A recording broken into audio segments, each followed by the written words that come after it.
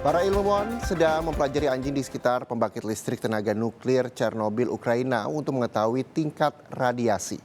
Karena para ilmuwan ingin tahu apakah anjing-anjing dapat mengajari manusia tentang cara bertahan hidup di lingkungan dengan radioaktivitas tinggi. Sebuah tim dari Clean Futures Fund menguji seekor anjing yang tinggal di sekitar pembangkit listrik tenaga nuklir Chernobyl, Ukraina untuk mengetahui tingkat radiasi. Clean Futures Fund adalah lembaga nirlaba yang dibentuk untuk membantu masyarakat dan hewan di daerah bencana. Sejak tahun 2017, tim melakukan sterilisasi, vaksinasi, dan pengecekan terhadap anjing-anjing yang hidup di wilayah dengan radioaktivitas tinggi. As you can see right here, we have the tattoo from 2017, and this particular ear tag is from 2017. Every year we've caught the dogs.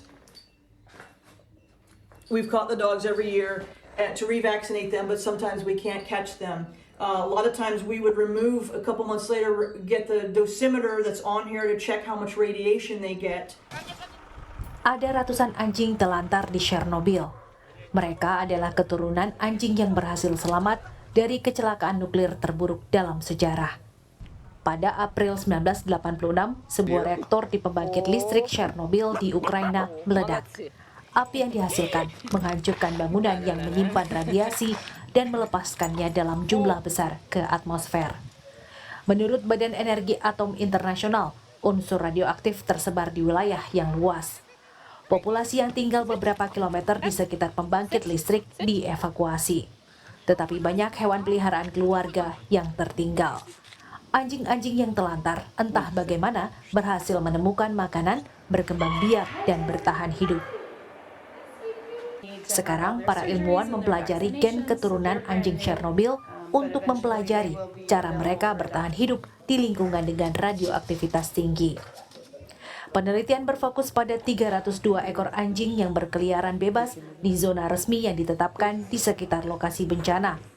Para peneliti juga mengidentifikasi populasi yang tingkat paparan radiasinya berbeda untuk mencari tahu apakah mereka berbeda secara genetik dengan anjing lain di seluruh dunia.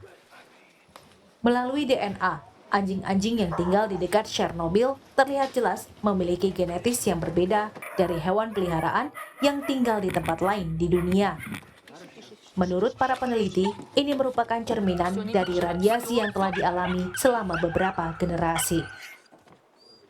They tend to be associated with either a guardhouse or a door in a building where people come and go, and so they become familiar with some of the individuals, and they get used to certain people. Even though they're wild, they still very much enjoy human interaction.